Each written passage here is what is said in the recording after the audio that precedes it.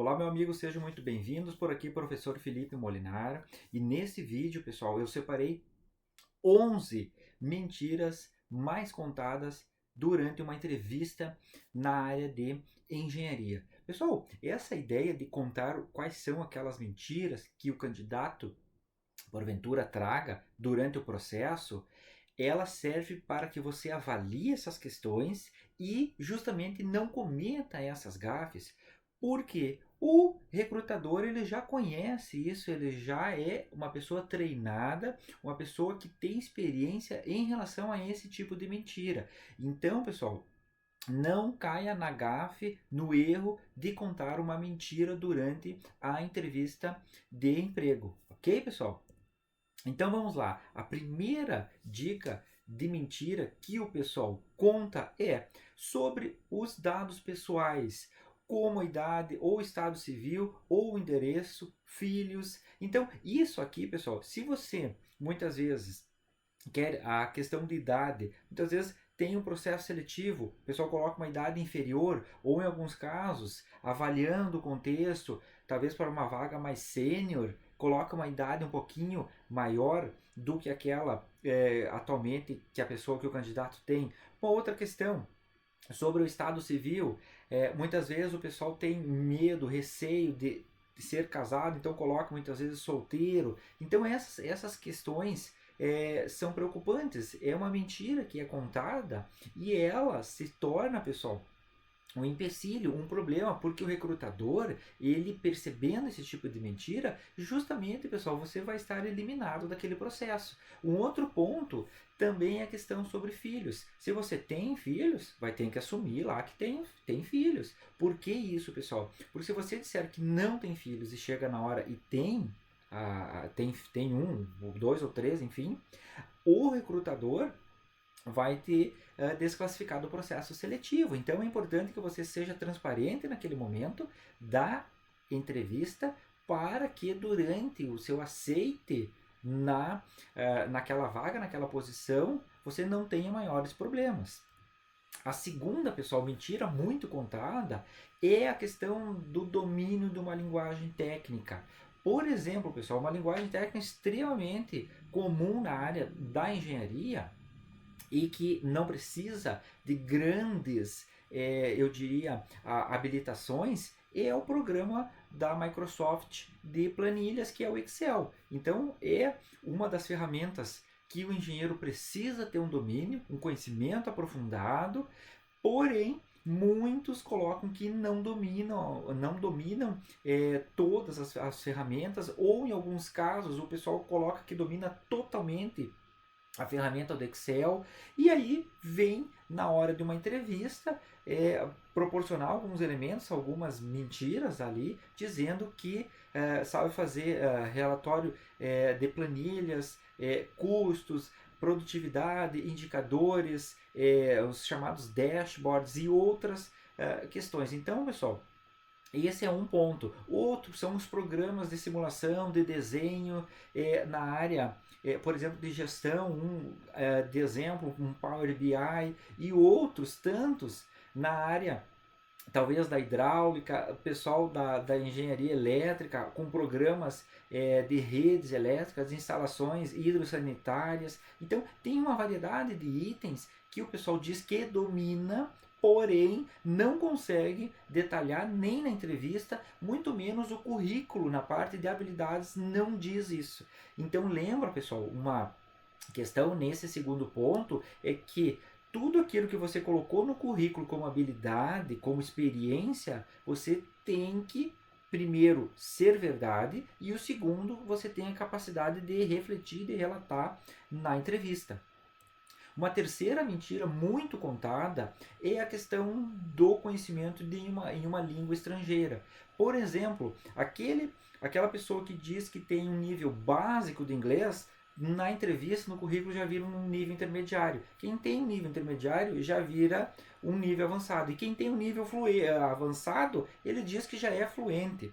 Então, pessoal, é muito importante que você reflita qual é o seu nível pode ser até uma questão de certificação de um IELTS, de um TOEFL ou de outro instituto também na área, se for o caso, alemão também, e que você comprove por meio dessas certificações qual é o seu nível de domínio naquela língua estrangeira. Não adianta, pessoal, você colocar num currículo conhecimentos intermediários em inglês. O que é um conhecimento intermediário em inglês? Que você lê um pedaço e depois não consegue ler mais um outro de um texto? Ou você fala algumas expressões e outras você não entende? O que é isso? Então, pessoal, esse nível de conhecimento em língua estrangeira é um dos mais utilizados como uma mentira, ok, pessoal?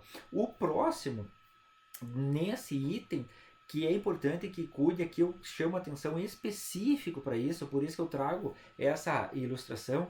De nada adianta, pessoal, você ter o domínio ou mencionar que tem domínio de uma variedade de línguas estrangeiras, porém o seu português na hora tanto da escrita do currículo quanto você falar na entrevista, ele é muito ruim, muito inadequado. Você não tem concordância verbal, concordância nominal, aquilo é uma coisa muito estranha de entender. Então, cuidado, pessoal.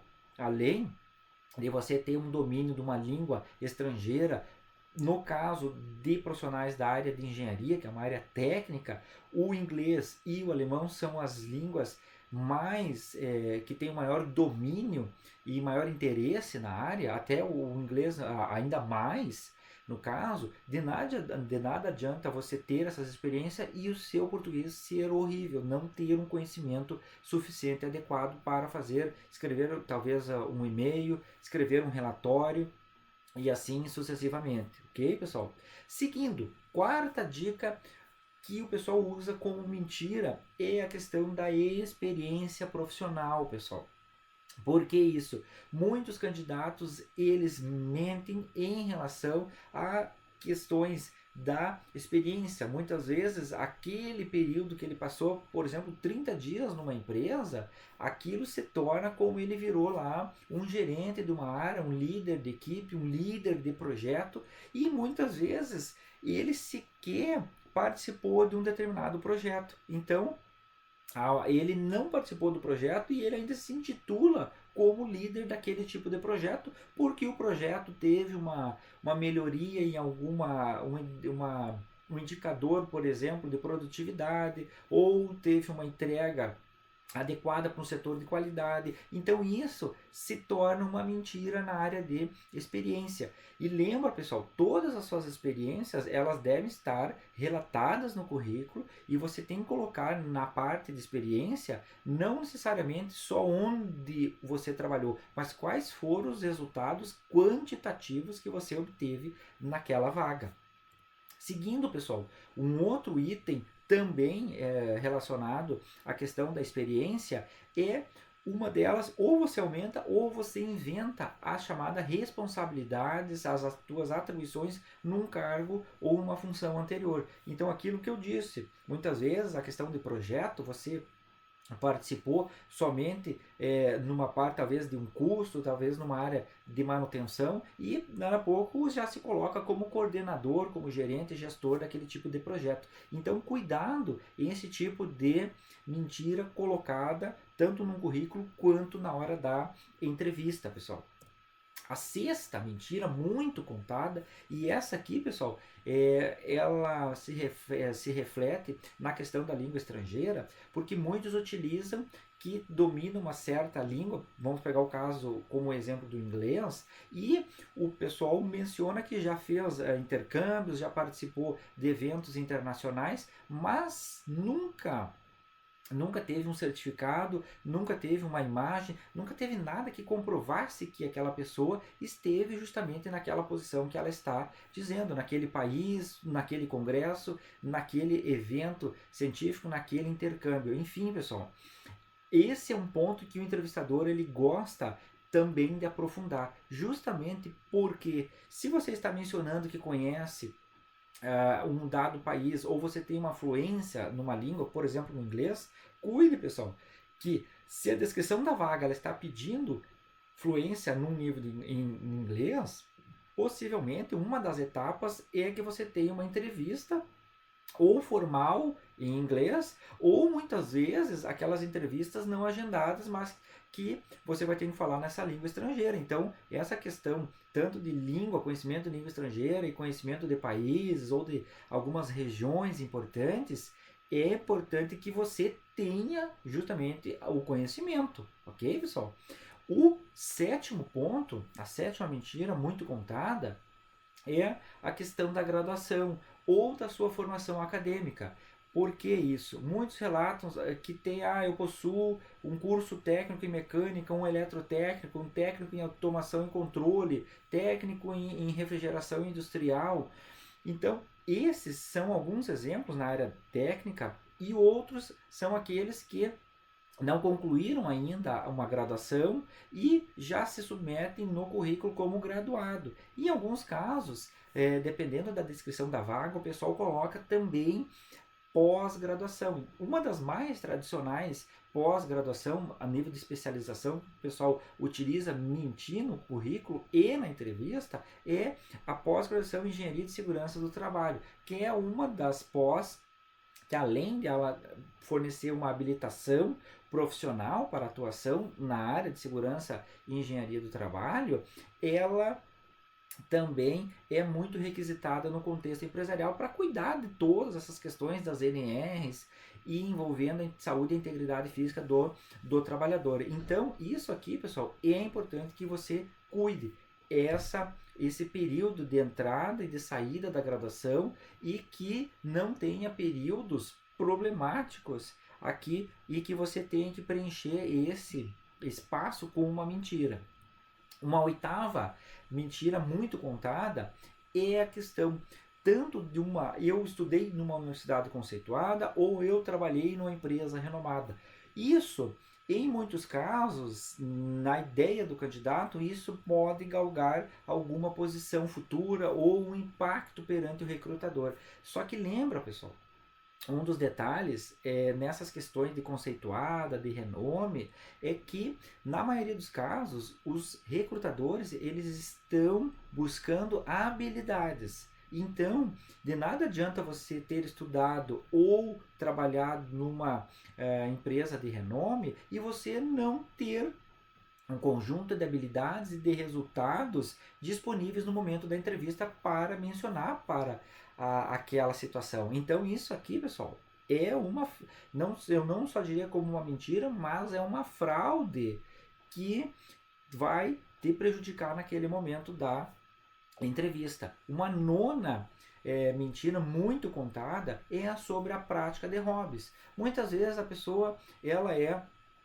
sedentária, ela não pratica exercícios físicos, ela não busca leituras, atualizações na sua área e chega no momento da entrevista e o entrevistador, o recrutador pergunta quais são seus hobbies e a pessoa diz, eu gosto de praticar esporte, praticar leitura, trabalho também em ações sociais na minha comunidade e que aquilo ali tudo se reveste de uma mentira descabida e deslavada sendo feito naquele momento da seleção. Então, pessoal, cuidado com isso aqui. Lembra, pessoal, a prática esportiva ela é importante para que você também possa relatar no seu currículo isso, não só na entrevista, mas você também pode colocar no currículo.